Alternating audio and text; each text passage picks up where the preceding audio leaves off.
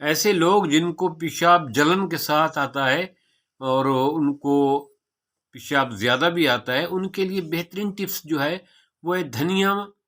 بھون لیں، سیبت دھنیا لیں اور ان کو بھون لیں، 100 گرام دھنیا ہوں اور 100 گرام مصری لیں، اس کو بھون لیں۔ اگر آپ کو شوگر کا ایشو نہیں ہے، اگر آپ کو شوگر کا ایشو نہیں ہے تو تب آپ مصری اس میں شامل کریں گے، اس کو پاؤڈر بنا لیں دونوں چیزوں کو،